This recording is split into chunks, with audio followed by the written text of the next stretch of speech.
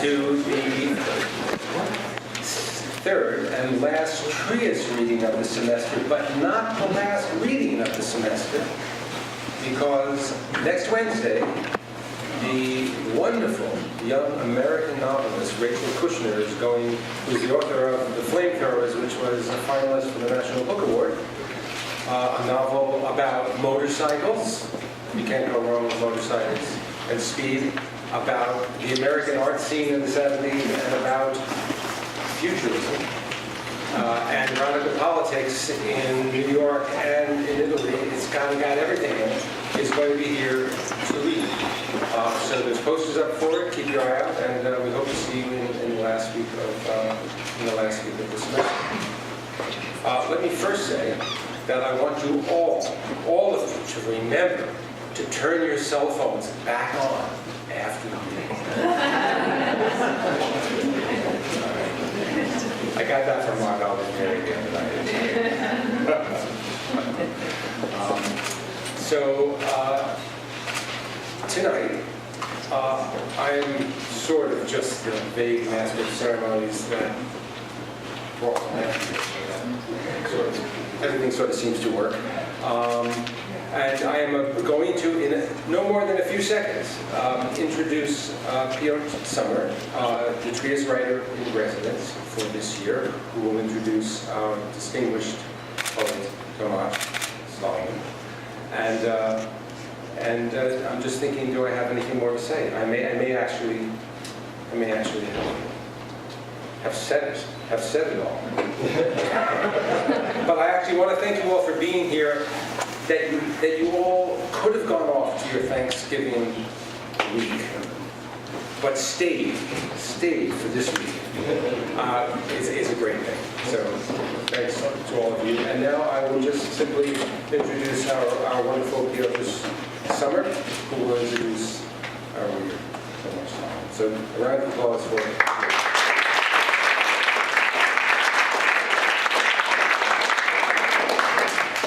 Hello, I'm hoping that Tomaž Šalamun is going to introduce someone else.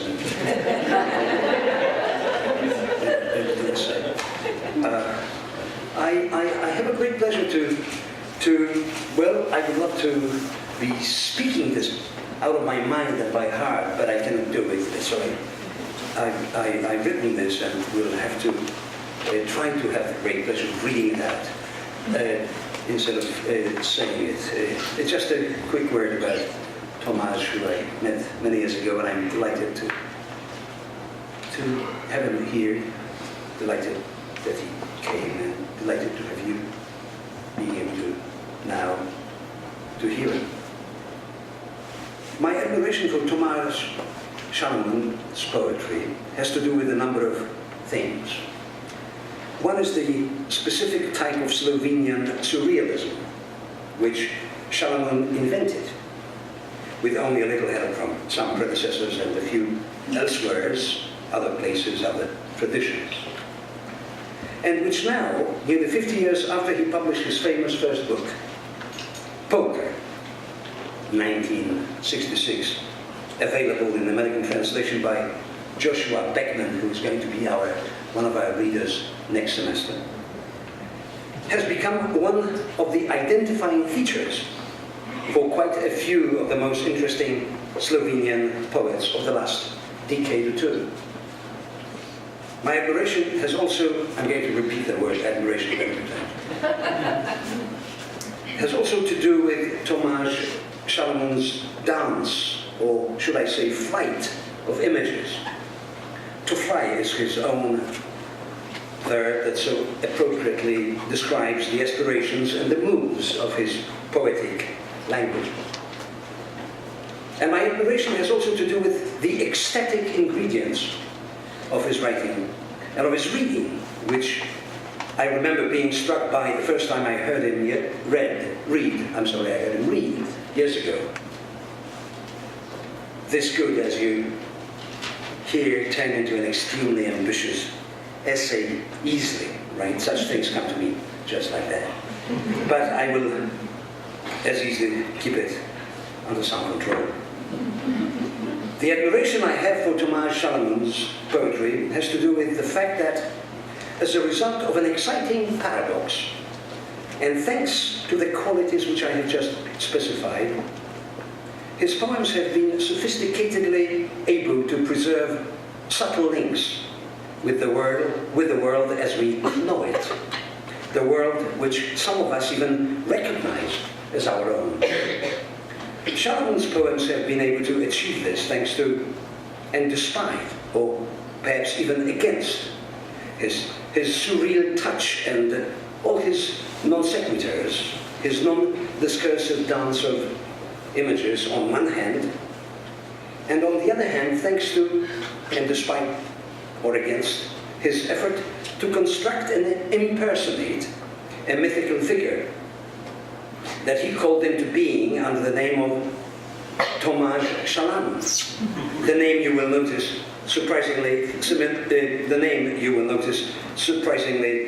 to the name of the poet who we are hosting tonight.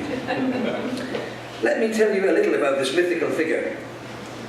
He once said to the Russians, "Russians, get out," and they did.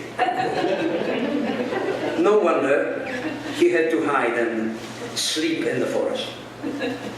No wonder many proverbs about him were later told, and many folk songs are sung even today. One of them, through the following sad facts, justifies the ill fame that the creature enjoys. And we will understand this justification. I'm reading 3 lines. He destroys people and the speech. His singing elevates a technique that wipes out the earth, so we were not eaten by worms. Truly, he must be a monster, we think, and he is, as we learn from Šalamun's poem History. We learn about this monster's monstrosity, among other things, that we are also told, quote, Tomaž Šalamun is a sphere rushing through the air. He lies down in twilight. He swims in twilight. People and I, we both look at him amazed, unquote. We wish him well. I didn't finish the quote. We wish him well. Maybe he's a comet. To elevate a technique that wipes out the earth, to destroy people's speech, and in addition to be restlessly in between, in a kind of hiding, we take it, and lie down only in twilight. All these are some of the characteristically misleading and self-mythologizing Šalamun's gestures. People and I, we both look at him amazed. He says, and this certainly is true. This does not need to be understood ironically. To destroy definitions and preconceptions of our language and the ways that our tribes communicate or miscommunicate is to reinvent speech. And that is not surreal nor monstrous. So we here in this room are not going to be taken in that easily. It's even doubtful if this, to mislead us, is Šalamun's intention. It is Šalamun's unusually precise and light touch with distinctions between mythologizer and his creation, between history and myth, between fact and invention, the real and the surreal, that make him such a rare bird, puzzling, colorful, and indispensable. Where is it that they look at him amazed? Probably in quite a few places, though perhaps in some they are more amazed than in others. But in Ljubljana, I'm quoting again from a poem, but in Ljubljana people say, look, this is Tomaž Šalamun. He went to the store with his wife Maruška to buy some milk. He will drink it, and this is history. Who is saying this? Who is who here? Maybe we shall know a bit more from his poem Who's Who. But then it starts with the lines, Tomaž Šalamun is a genius. You are wonderful. You are a joy to behold. We shall now let Tomaž Šalamun help us to figure out this distinction between being a monster and being a genius.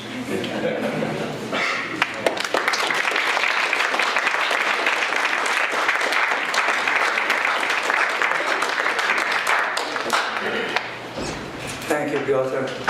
But this was way, way back. You won't see any mythology now. You'll see a tired old gentleman trying to read. I admire Piotr Zomer, and it's true what I said for his book, that, you know, Piotr Zomer made incredible influence also for younger Slovenian poets, especially Primož Čučnik, because he completely demetaphysicized what was Polish poetry before, and still his influence is growing also in Ljubljana. Another amazingly beautiful, moving thing is that I didn't know that I'm under the house of the name of Peter Trias, who was my dear, dear friend when I was invited to an international writing program in Iowa in 1973. And let me please devote this reading to Peter Trias. The history of heaven is for everyone. You don't need to drink anyone's blood. Blood is a censored sperm, the symbol of preserving the temperature with a sprayed picture. You yourself have to make a decision to come here or not. I'm only a speck. I have no odor, no taste, no color, no shoulder. I'm not like some whom the crucifixion could make Jesus Christ. I didn't steal flowers from there when I planted them on the earth. I'm not on anyone's existing list. Not an engine who would need to burn gas or to run between sun and moon like a Brahmin. I'm a pure spirit, without consequence, where the history of heaven is untied. With me the history of heaven is untied, forever at hand to people, cats, flies, spiders, roses and lilies. Zgodovina nebes je množična, nikogar krvi vam ni treba piti. Kar je cenzurirana sperma, simbol, ki ohranja temperaturo z izpahnjeno sliko. Sami se morate odločiti, če boste stopili sem ali ne. Jaz sem samo pega, ne vonja, ne okusa nimam, nobene barve, nobenih hran. Nisem tak, da bi mi lahko križanje naredilo za Jezusa Kristusa. Jaz nisem roša temu gradu, ko sem jih zasadil na zemlji. Nisem na nikogar nikakršni listi. Nisem motor, da bi mi bilo treba goreti benzin ali tekati med luno in soncem kot Brahman. Jaz sem čisti duh, brez posledic. Zgodovina nebes je z mano razvezana. Za zmeraj na voljo ljudem, muckam, muham, pajkom, vrtnicam in lilijam. I'm a mason, a priest of dust, fortified like a monster, a crust of bread. I'm a water lily, a soldier of holy trees, holy dreams, with the angels I shout. I'm a castle, a dead rock wall, I carry the boats, a ferryman, a wood, come here, little herons, a seed, come gardeners, light, appear, come, spread hands, pane of glass, blue worlds, come, smooth flame, the wind of the sliding of creatures of different levels, the pastures are burned, lava seething, shepherds are right waiting, restless, trampling with the wings, dogs, smelling themselves, the wolf dogs. Here the memory stands, the order, the sign of the future. The air. Actually, this is a poem. This is a poem which I have written for Peter Trias. The air. Your body is the duct in which wheat, naphtha and food flows. the bridge over which the horseman races. Your hands are the window, your words are the window, your body is the window. Whatever you touch or caress in your mind burns in a terrible flame and smells. In every breath, in every gesture you guide me, and you bend, and I bend, and I get up, and I get up and go. You tell me not to use inflated, hungry language, dry weapon of the air. You tell me to be careful. You tell me to be kind, and I'm kind. You tell me to be wealthy, and I'm wealthy. Blue and powerful are my fortresses. I slip through the souls of kings. I travel from Babylon to Nineveh, from Nineveh to Babylon. You pointed at me. I'm handsome and hearty because I'm strong and wet. Your body's a duct in which wheat, naphtha, and food flows, the bridge over which the horseman races. Your hands are the window, your words are the window, your body's the window. Whatever you touch or caress in your mind burns in a terrible flame and smells. Acquedotto. I should have been born in Trieste in 1884 on the Acquedotto, but it didn't turn out that way.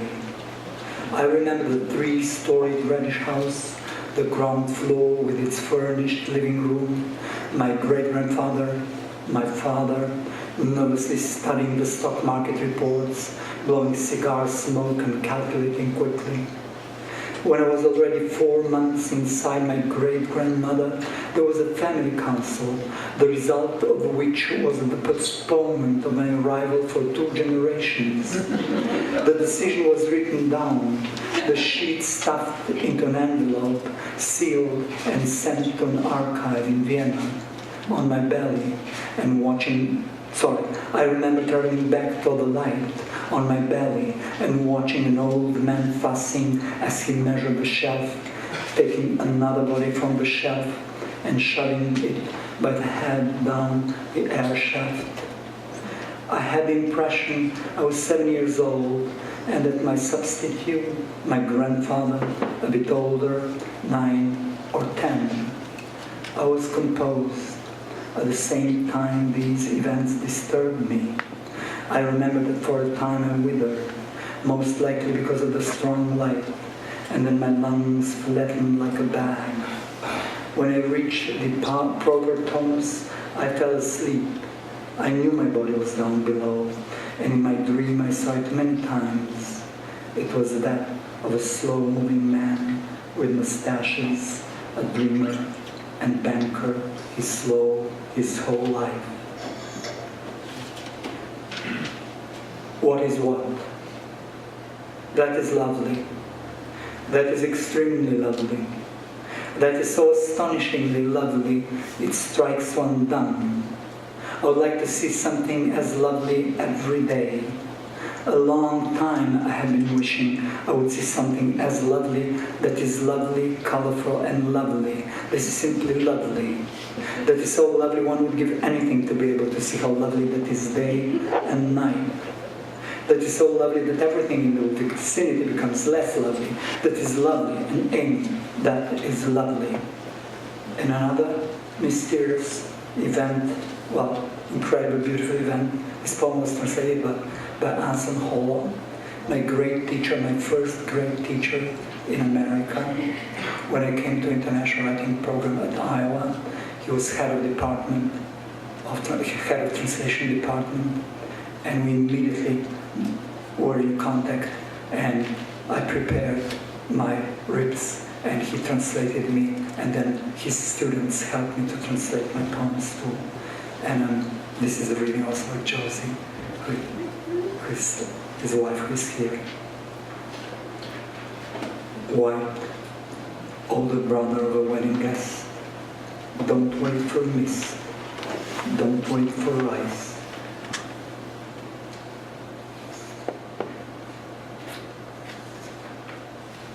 Jonah, how does the sun set? Like snow. What color is the sea? Large. Jonah, are you salty? I'm salty. Jonah, are you a flag? I'm a flag. The fireflies rest now. What are stones like? Green. How do little dogs play? Like flowers. Jonah, are you a fish? I'm a fish. Jonah, are you a sea urchin?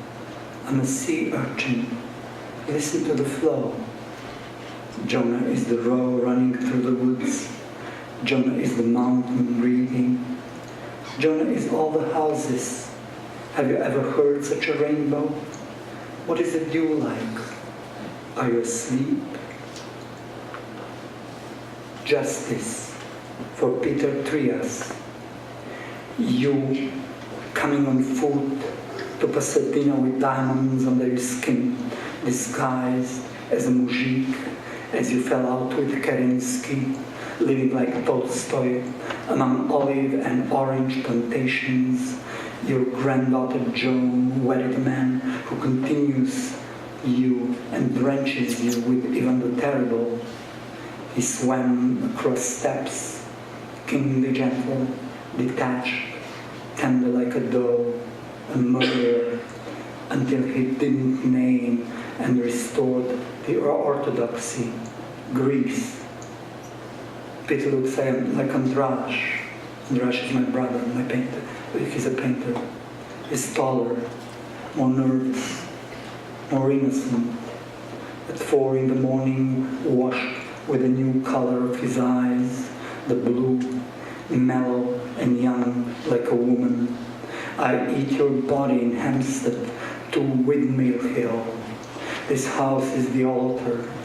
I'm the plunderer and the sun, nailed into the chain, trembling from bliss. Tall and tanned from the sun, I feed how you crumble me like a bread, how you're putting me down for food.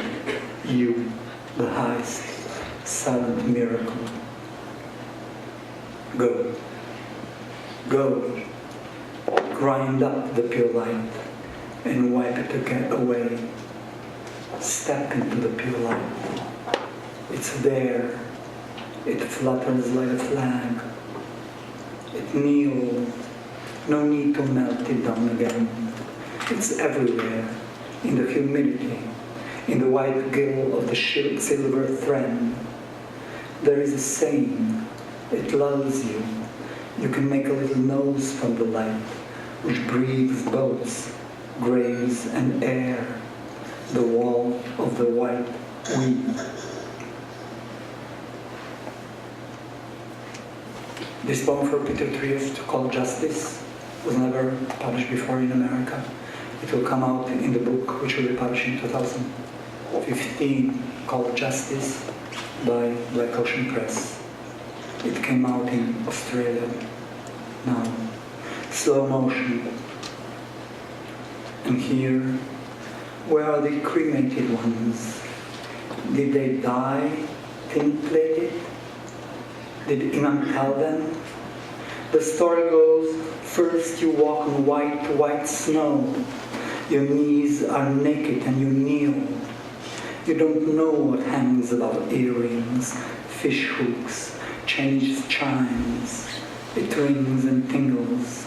The whiteness is unbearable, porous and numbered. Then you step on the silent potato garden. Potatoes somehow gurgle in the air, make the nights feel. They turn around. They glitter. The names shut themselves like cupboards. Nobody scratched. And the farthest away Sanskrit flows very tenderly. But every little brook is relative, as at the end it hurts you like a dentist. The first language is also the superstition. The origin is already drawn. And the question if things are a deer in growing, if names lead to something, if dog is made, all in this white, blue, rare, warm kasha, the name adepts rightly call, as they call it, the ocean of love and grace. To have a friend. I see the devil's head, people. I see his whole body. I never thought he could come so close. He longs for innocence as we do. I have the sensation he was crammed into the wall for a long time. I have the feeling that his hands ache, that his tender and absorbing thoughts. He licks everything before killing it. He bursts into tears, scraping meat. He's blessed. He has no friends. He's walking alone in the world. I have the feeling he's saying something to me, that he's watching me with regret. He knows I could never sleep with him, but both humiliating. He reminds me of the English teacher when he was pensioned off and young secret police recruits. It seems his beatitude is failing. The souls squeal when he tortures them. He doesn't drink them as I imagined. It seems he derives no benefit from them. I think he would like to have a friend to share goods and pleasure. He steps in the river and wets his head in it. He doesn't know how to speak with it. He splashes on the surface. I will leave him as he is. I will not talk to him. I gave her my black elder to drink. She dressed it, then pulled away from it and tossed it into the red spring, me and the tiger. How we were carrying wine and bread to her. We barely passed the valleys in which factories were rising up. We lay on our bellies, altogether drunk, and the quail next to us was safe. Gobbling, gobbling, I yelled. Today we eat the thigh, Solomon's eye. The tiger threw cherries at the train. She was rolling on its roof. Do you think that rivers were ever here? I asked. Emptiness, my only love, give me rest. Nikola Tesla. When St. Francis took off his coat, he wasn't cold. His previous life was cold, boiling to turn into wine. When it turned into wine, moles came to drink, grasshoppers, cats too, who in the Middle Ages were led around on a chain because they used to be lions. People were afraid cats would eat them. Not true. Cats never ate people. Only those lazy little monks copied the text so inattentively that a lot of rust appeared, just like on great ocean liners. Truly, cats were lions, silky ones. There were small sewing baskets beside them, even when they were grazing in the deserts. They grazed in that they licked the sand like hens when they need calcium. The hens lie on their sides in the dark. The lights are on in all the houses. Nikola Tesla, through hard work, scratched out electricity, just like people who shell peas, separating the pea from the pod. All done, he said. This is electricity. Amen. Now turn off the light and go to sleep. 1001 nights. It smokes from the fridge. The sun, the sky, the wine, pine needles on red earth across the bay, the oak. Deep is your body in the sea, in the golden mandala. The sail splashes your face, a dunket, salted deer. We're swimming on the other island, straight rocks. The heather is violet, green-brown. The soil is eager. Miners, palms burn, palm trees burn, triangles burn. A horse paws on the sand like a girl from the north touching nettles. Gold caves open, water freezes. God's ice swirls little brooks and blows on the heart. Fog rises from leaves. Someone in an apron runs across the porch. The wind bursts. The sun falls. Rudari. Zgorijo dlani. Zgorijo palme. Zgorijo trikotniki. Konj gre v pes pesku kot deklica severa, ki se dotakne kopriv. Odprejo se zlate jame, voda zmrzne, Božje okolje pa potočke, napihne srce. Megla se dviga iz listja, nekdo v predpasniku steče čez verando, poči bič, sonce pade. I long for solid earth in heaven, to lick your eyelids, to stay even, so they do not rise. Želim si tam na nebu, da bi bil paren prilizani v vek, da se ti ne bi dvignile. The dead, ou peut-être pas. Perhaps their trumpets curve. They forgot doorknobs in the floods and how they drive for them. Maybe they press the buttons to rescind the aberrations. Maybe they use crap paper. Maybe they're not so talentless and crackle in the water like shells and stones, such that every 1,000 years of crackling harvest us a tiny white stone.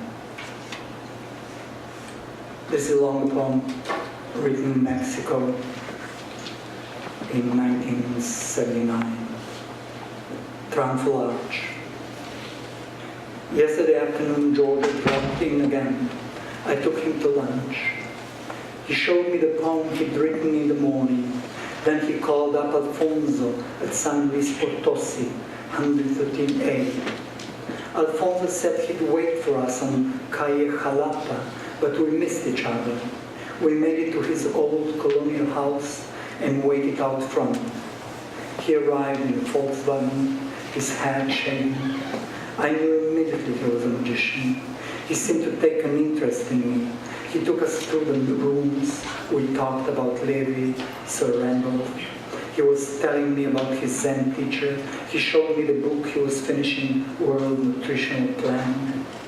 Then we smoked something he called plain grass from Palenque. I was holding his things, swords, spears, rope crosses, playing with a little bottle of mercury. He said he would perform a little show for the two of us. He danced, he played and blew, grinning constantly. You'll be amazed at the horrible power that kills, he said. You won't be able to resist joy. I'll continue writing my book, he said, and drive a boat downtown. We got out at Niza-Hamburg crossroads. We started walking. I was astonished to take such large steps, to breathe so deeply, move so smoothly. Where are we going? I asked Giorgio. We're going, he replied. Are you scared? I said. He said he was sure I wouldn't kill him. I didn't know anymore. I felt the power would lead us through the temple, that I would eat his heart. We went somewhere to sit, to have a drink, as our mouths were very dry. We went on foot, upon a carpet. We arrived at Avenida Juarez. Giorgio pointed at the immense triumphal arch on Plaza de la República. This is my hotel, he said. We walked for a mile on the red carpet. A huge flag fluttered from the triumphal arch. It was November 20th, the day of Mexico. Where are we going? I asked him. To the beginning, he replied. They'll all be there, even the President of the Republic and the Spanish King. I only felt my strength growing. I would first make love to him and then eat up his heart. You know, he said, Alfonso told me how once a snake crawled before him. He stepped aside, yet the snake's sliver told him. It didn't kill him, because he gave it all the power. Do you think I'm the snake now? I said. No, he said, you're not a snake. You're walking parallel to me.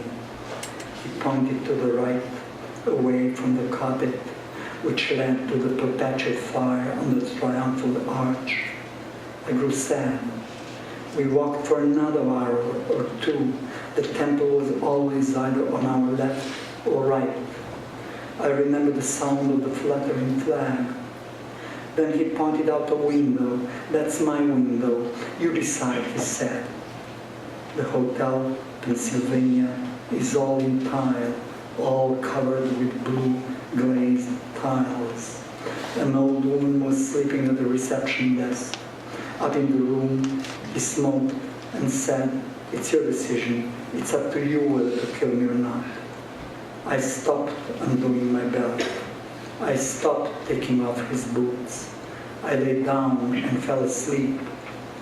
When I woke up, George was sitting on a raffia chair by the wall, crying. "You're not the only one who'd like to love," he said. I knew it was done. I had drunk up his heart. "I'll be off now," I said. George's face was radiant and beautiful. "You see," he said, "reconcile, light is for everyone." This morning, when I went out to breakfast, I bought a paper, Uno mas Uno, and read that 383 Americans committed ritual suicide in the rainforest of Guyana under the guidance of Jim Jones. And these were the first news. There were 1,000 there. Again the roads are silent. Again the roads are silent. Dark peace. Again there are bees, honey, silent green fields, willows by the rivers, stones at the bottom of the valleys, hills in the eyes, sleep in the animals. Again the children are restless, blood in the whistles. Again there is bronze in the bells, a gnaw in the tongue. Travelers greet one another, the plague strengthens the joints. Wild deer are in the pond, the snow shines. I see the morning, how I hurry. I see skin in the past dust. I see shrieks of joy, how we had told the south to little men, to little hitchhikers. The images are clear, the flowers are timid, dark sealed sky. I hear a scream, the time for love awaits, time of tall statues, silent clear hinds, dreamy linden trees. Dog. Dog, what do you do with your hair? You roll in the mud as a pig. You stand up and sprinkle me. You blink and yawn. Dog, who was your mother? Don't you have brothers and sisters? Did everyone leave you and go to sleep behind some corner? You're hungry, lazy and mongrel. Dog, I have never seen you. You run on the street and stop. You run on the pavement, and then on the street. Stars will fall on your head. You're strange. Lived in cans alone. Dog, you're so strange. Between one love and another love, there is a woman whose face I have never seen. I'm unaware of it. The visit. The world travels in clouds and flowers, who sees, knows, all is the same, all is one, it is soft, and pierces until now I call the gods now, they came, they are here, in me, with me, were colors, colors, powder, such a strange powder, as rain, the molasses, happiness of molasses, thinning, it becomes scarce, I'm tired, I'm lazy, I'm tired, lazy, blessed, I can't figure it out, I'm awash, exploded, the heart survived, it seemed it will tack, Stop now. It is as the cauliflowers blossom on every leaf's millimeter. Their huge cities shine upon me light. Now I can crawl in between, swim and breathe, so that all children, all grown-ups, all people can all fall asleep in beauty as in water. Everything is what it is. A line. Give me your eyes. Stop before my eyes. It was weird in the night. You boiled my lungs. The liquid in them became black. You're like 300,000 Persians marching toward a dry tree. You amalgamated me, enchained me, melting, chained me again. The hat was contrite. There was a tempest. Green hydrochloric acid poured over hundreds of thousands of ants. I couldn't interpolate. Branches burned in a flash. And I snuffed. Do I not exist? I saw thy garden. Moist leaves first smoked like stale manure, then moved. The single giant's eyes watching. It's true. I'm reckless. No more. Are you here? I don't know, unnamed. I don't know. Look at me. Look at me. When you like. When I die. When it shines. When my body is extinguished. When I breathe. When I go. I didn't write like this yet. I don't know what will happen. I see stars. Does it spin round? I don't know what spins round. Can one hear? I am out of the cup. I eat bran. You found the cap. Everything goes into me. I glued myself. I write slowly. You are what I see. When I breathe, I'll die. The reward is terrible. I have everything. There are lumberjacks. The hour came. There are apricots. I hear touches. There's a lock. They sang. They danced. Give me your cap. I breathed. I fell asleep. You were fast. I was late. I had painted. To make. If I set fire to the white frame of the house, will the flame burn brighter than the weight falling off our bodies, brighter than the samba, brighter than my watery hand? I'm in the snow, you're dancing under the gigantic green trees with your sad, watery eyes. We're listening to the rhymes and slippers of your paintbrush, of meadows in which you see moss and what's under the mix of moss, a white lynx scratching in a dark green throat. Does the sky ever stop itself and rattle? Where do you rest? In an avalanche or on the earth? I gorge myself here, gorge myself, swelling to keep from being torn apart in the heights by the clouds, pink, blue, and violet, and the flowers like Tiepolo, the air cleansing itself behind him before the light floods and crushes us. And then another, a little bit longer poem called written in Mexico, The Fish. I'm a carnivore, but a plant. I'm God and man in one. I'm a chrysalis. Mankind grows out of me. My brain is liquefied like a flower, so I can love better. Sometimes I dip my fingers in it and it's warm. Nasty people say others have drowned in it. Not true. I'm a belly. I put up travelers in it. I have a wife who loves me. Sometimes I'm afraid she loves me more than I love her, and I get sad and depressed. My wife breathes like a small bird. Her body soothes me. My wife is afraid of other guests. I say to her, now, don't be afraid. All our guests are single beings for both of us. A white match with a blue head has fallen onto my typewriter. My nails are all dirty. I'm thinking hard now what to write. One of my neighbors has terribly noisy children. On God, I calm them down. At one I'm going to the dentist, Dr. Mena, kaya reloj. I'll ring the bell and ask him to pull my tooth because it hurts too much. I'm happy in my sleep and when I write. The masters pass me on from hand to hand.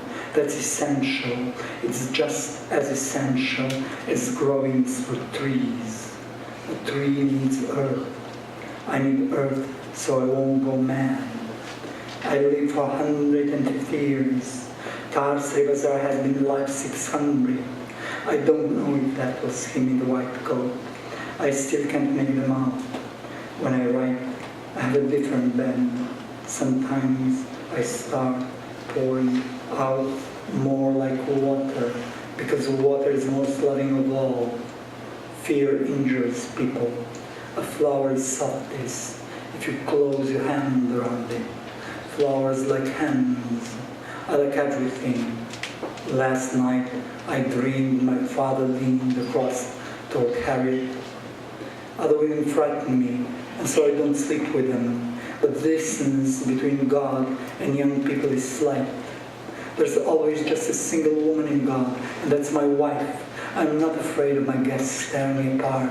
I can give them anything. It will just grow back. The more I give, the more it grows back. Then it launches off as a source of help for other creatures. On some planet there's a central storehouse for my flesh. I don't know which one it's on. Whoever drinks it will be happy. I'm a water hose. I'm God because I love. Everything dark in here, inside, nothing outside. I can X-ray any creature. I'm rumbling. When I hear the juices in my body, I know I'm in a state of grace. I would have to consume money day and night if I wanted to build a life, and still it wouldn't help. I was made to shine. Money's death. I'll go out on the terrace. From there I can see the whole countryside as far as Dolores Hidalgo. It's warm and soft as Tuscany, though it's not Tuscany. Metka and I sit there, watching. Her hands are like Shaktis. My mouth is like some Egyptian beasts. Love is all. Moses' wicker basket never struck the rocks. Miniature horses come trotting out of the level countryside. The wind blows from the Sierras. I slide head first into people's mouth and kill and give birth, kill and give birth, because I write. And the last one. Večnost je kruta in kristalna, izniči živo, zamanjuje ljudi in ljubezni in ne odpre vodnjaka. Z roko brišeš steklo, razbiješ ga ne. Ne vsaka ljubezen umre, tako kot človek. Smrtno jo ščiti. Eternity is cruel and crystal. It ruins everything alive. It replaces people and loves and does not open the well. With your hand you dust the glass. You do not break it. Let every love die as a man does. Death protects us. Thank you.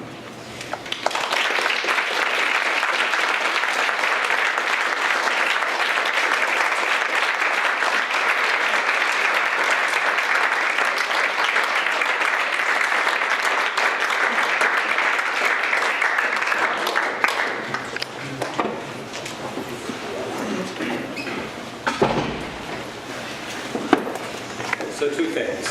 The first is something I forgot to say, which is tomorrow morning in the Trias seminar room over on College Ave, where the Trias house is. at 9 in the morning, there'll be an open conversation with Tomaž Šalamun about anything. Summer's class will be there, but it's there for all of us to come and talk with Tomaž. So do come. If you're free, there'll be breakfast. If you're still on campus, there'll be breakfast for you to send you on your way. And the second thing is that Tomaž would be is willing and happy to answer a couple of questions. So let's have a small question and answer now, and then a conversation over breakfast tomorrow. So, questions for Tomaž? He'll come up here. I'm just taking his place for the moment.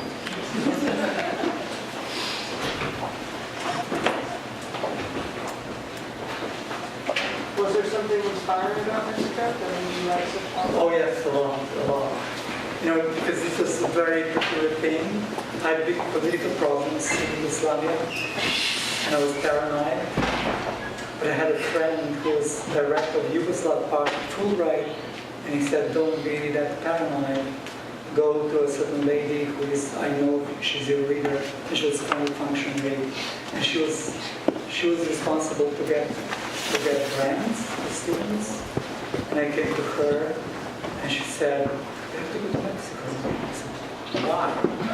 And she said, well, I'm your reader, and it's true that when I was in Iowa in 73, we planned to go to Mexico and prepare, with a friend of ours, Bob and his wife, and my then wife.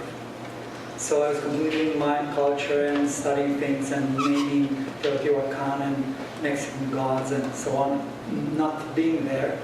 And then we didn't go because I couldn't get a visa as a Yugoslav from Mexico. So, and she said, but not this year. This year we have somebody who's studying corn, and I must warn you, the grant is only $100 a month. But it was an escape for me from the terrible situation. I spent 7 months in Mexico, and then I met a painter from Ljubljana, whom I know just by name. She was a tourist, and she became a second wife. And when we both went again to Mexico, she took an unpaid leave. And we spent a year again in Ciudad and San Miguel de Allende, and I was writing like crazy, and it was great. Mexico is one of the most incredibly mystical and turbulent countries, like Brazil and Mexico. Really the opposite of Europe or United States.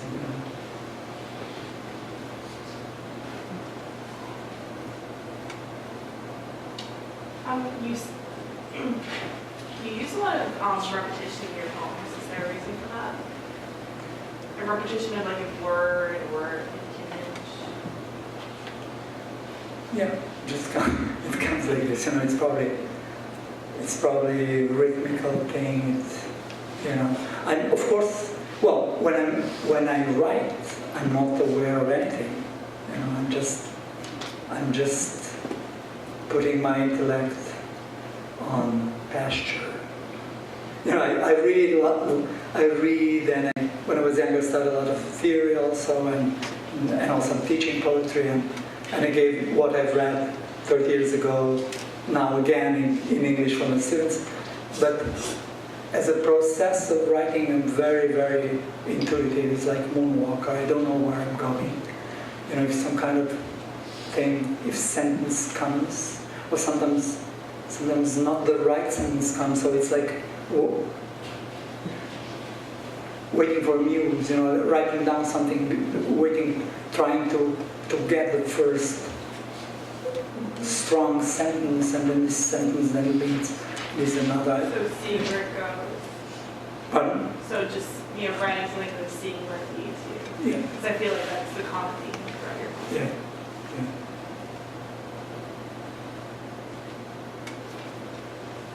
So, Tomaž, you don't take notes, right?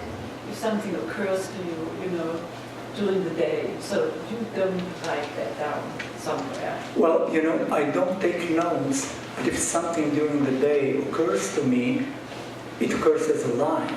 So I do take it down. And then the next day, maybe again a line, or in the same day, then third and fourth line. And it's somehow, it's very strange, they have their own memory. So even if I don't know what I'm doing, and then the next day it goes again with the fifth line, somehow it comes from the same world, and usually then this is a poem. And sometimes it's alive, sometimes don't, sometimes I have to cross out many things. But this is how I write now. When I was younger, not. When I was younger, it was like, oh, maybe this is the last poem I was given. And now I write too much because if I move, if I'm around, or some people saying something can trigger something and things come down. Do you have a name for that sort of place, for that world, No, because I cannot, it seems a kind of a parallel world. It seems kind of what I really hope to reach with some kind of pre-Socratic, pre-memory, pre-genetic, pre-history, something which is empty, and I have to touch it before even it forms itself, or before it even makes an image, and I have to be there and touch it, and this maybe then it's material which comes out as kind of lava or some kind of sculpture and some kind of words which I hope they make a world.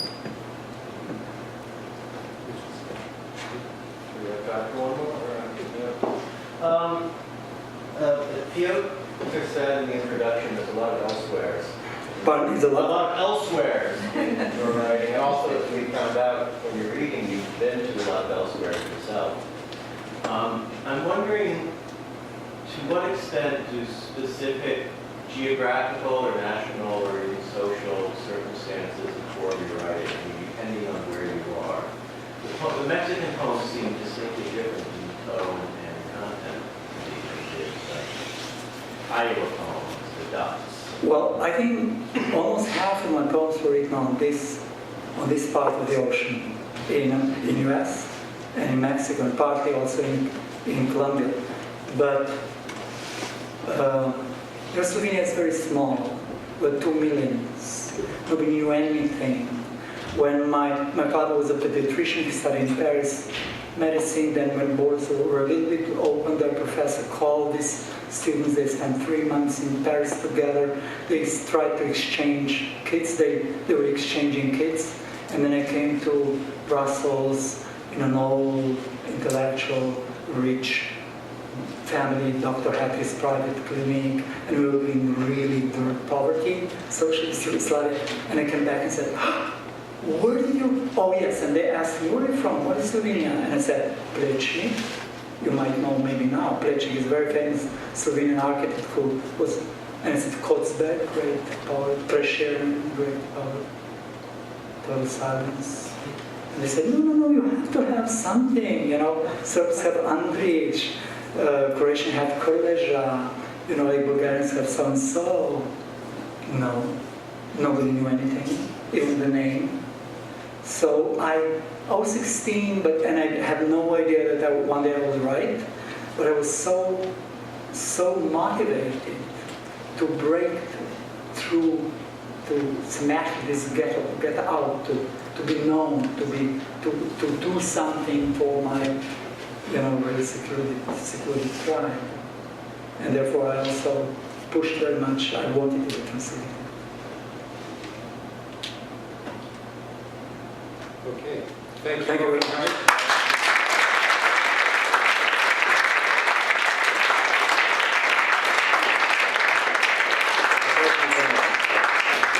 Once again, if you're interested in coming tomorrow morning, it's at the end of College Ave where kids were playing. There's a house there, recently reconstructed. It's mustard colored. There's a seminar room with beautiful art on the walls. Just waiting. It's not pretend, and there are bagels as well, which are not pretend. See you there, I hope. And if not, next week.